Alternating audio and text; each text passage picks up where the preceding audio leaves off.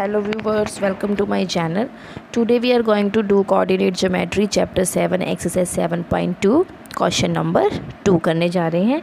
कहता है find the coordinates of the points of trisection of the line segment joining 4, -1 है और second है -2, -3।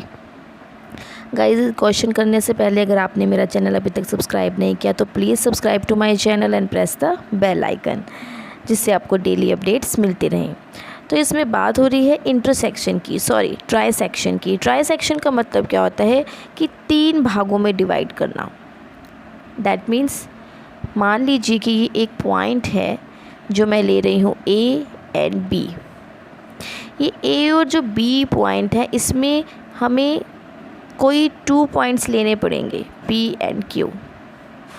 और इसमें ए है हमारे पास 4, -1 और बी है -2, -3। देखिए गाइस 3 सेक्शन बने ना, ये 1, ये 2 और ये 3। मीन्स ये 1 सेक्शन, ये 2 सेक्शन और ये 3। तो 3 भागों में हो गया डिवाइड।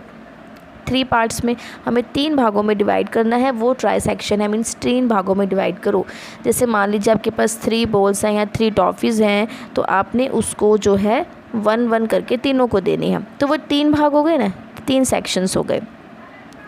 ठीक है गाइस, स्कूल के लगा लीजिए अगर स्टूडेंट्स होते हैं तो 3 सेक्शन में 120 स्टूडेंट है तो आप 40-40 में तीनों को डिवाइड कर रहे हो।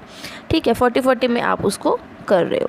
तो उसमें जो हमारे पास क्या आता है, मान लीजिए अगर हम 1:1 कर रहे हैं तो इसमें भी हमारे पास 1 आ रही है। 2-2 करते हैं तो इसमें अगर हम 2 कॉमन ले लें तो 1-1-1, तो हमारे पास तब भी 1 की रेशो ही बनती है। तो हम क्या करते हैं इसमें, ये भी हमारी रेशो 1 होगी।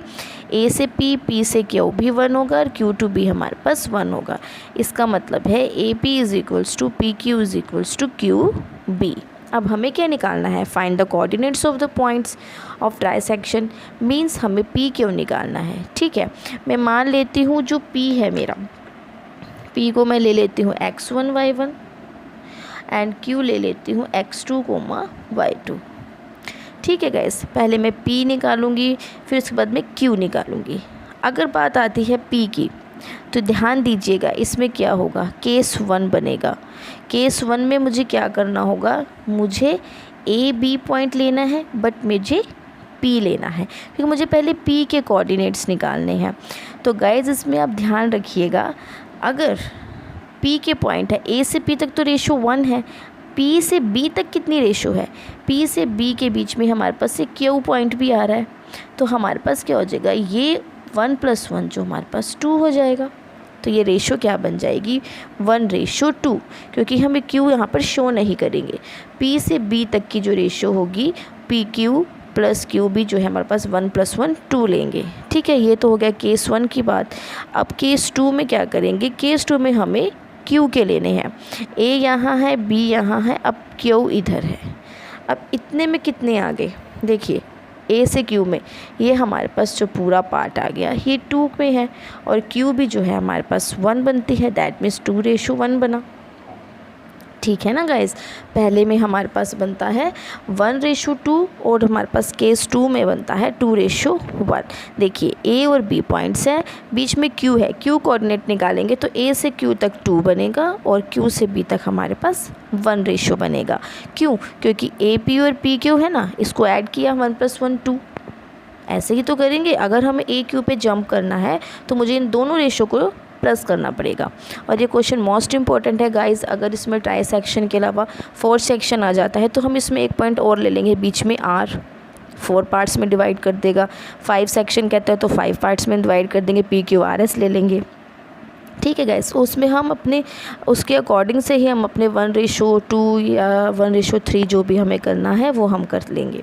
अब ये केस 1 और केस 2 बन गए। ठीक है गाइस, आई होप आपको इतना समझ आया होगा। अब उसके बाद हम चलते हैं अपने सोल्यूशन की ओर। ठीक है गाइस, तो देखिए हम क्या करते हैं। अब हमें सिंपली यहाँ पर सोल्यूशन लिखते हैं, ये आपको समझाने के लिए था इतना। सोल्यूशन में हम लिखेंगे लेट जो है हमारे पास पी पॉइंट। ठीक है, हम इसमें पी पॉइंट ले रहे हैं। लेट पी जो है x1 y1 एंड क्यू है हमारे पास x2 y2। ठीक है, जो मैंने माने पी और क्यू फर्स्ट लाइन में। एंड उसके बाद बी द रिक्वायर्ड पॉइंट, ये हमें निकालने हैं, बी द रिक्वायर्ड पॉइंट्स।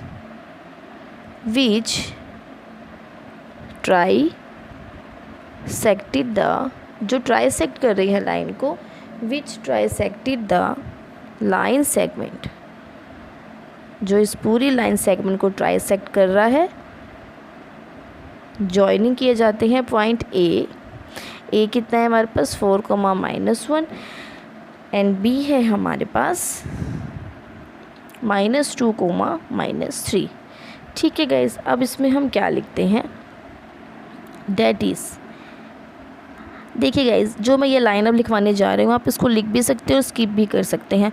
तो हम क्या लिखते हैं, Px1y1 जो है हमारी लाइन, सॉरी पॉइंट P जो है डिवाइड्स करता है AB को इन द रेशियो 1:2 में।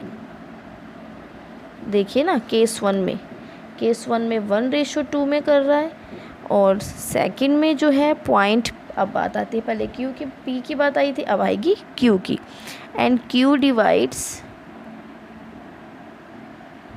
AB इन रेशियो 2:1 में। ठीक है गाइज, पहले जो है कि P ने डिवाइड किया AB को 1:2 में, फिर उसके बाद सेकंड में जो है ये दिख रहा है हमारे पास Q डिवाइड करता है AB को 2:1 में। तो हम केस फर्स्ट बना लेते हैं और केस सेकंड बना लेते हैं और उसको हम सॉल्व करते हैं। ठीक है गाइज, तो केस 1 में यहाँ पर आप बनाएंगे A और B पॉइंट, और बीच में आप यहाँ पर P पॉइंट बनाइए। A है हमारे पास 4, कितना है A 4, -1, एंड B है हमारे पास -2, -3, एंड हमारे पास P है x1 y1। ठीक है गाइज, और रेशो कितनी है m1 m2 1 and 2। तो सिंपली हम इससे जो है अपना फॉर्मूला अप्लाई करते हैं और सॉल्व करते हैं। ये देखिए गाइस, सिंपली मैंने x1 y1 की इसमें वैल्यू पुट की है, तो मेरा जो x1 है वो 2 आ गया और y1 मेरा -5/3 आ गया। ठीक है गाइस, इतना। अब उसके बाद लास्ट में हम लिखते हैं therefore P of x1 y1 be 2, -5/3। ये P के कोऑर्डिनेट्स आ गए x1 y1 के। ठीक है, अब हमें Q के निकालने हैं, तो हम अब करते हैं केस नंबर 2।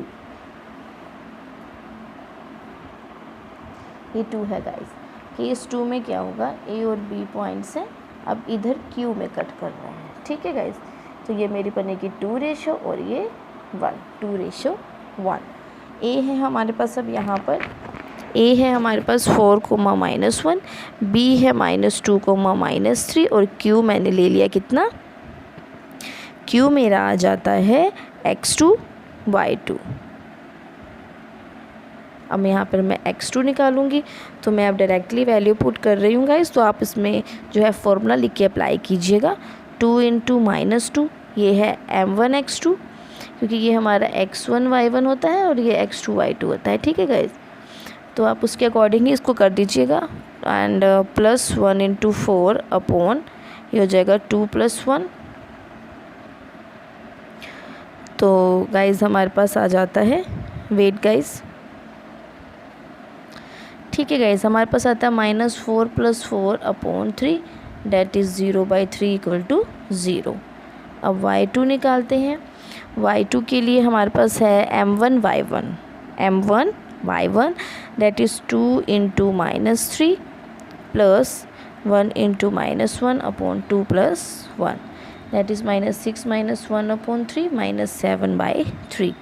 तो therefore Q x2, y2 be 0, -7/3। तो हम लास्ट में सिंपली क्या लिख देते हैं, हम लिख देंगे simply hence required points B क्या हो जाएंगे 2, -5/3 and 0, -7/3। This is our answer. ठीक है गाइज़, इस क्वेश्चन में और कुछ नहीं है, ये मोस्ट इम्पॉर्टेंट क्वेश्चन है। तो गाइज़ आई होप आपको ये क्वेश्चन अच्छे से समझ आया होगा। So guys please subscribe to my channel and press the bell icon, क्योंकि गाइज़ हम आपके लिए बहुत मेहनत करते हैं, तो प्लीज़ सब्सक्राइब कीजिए thank you, have a nice day.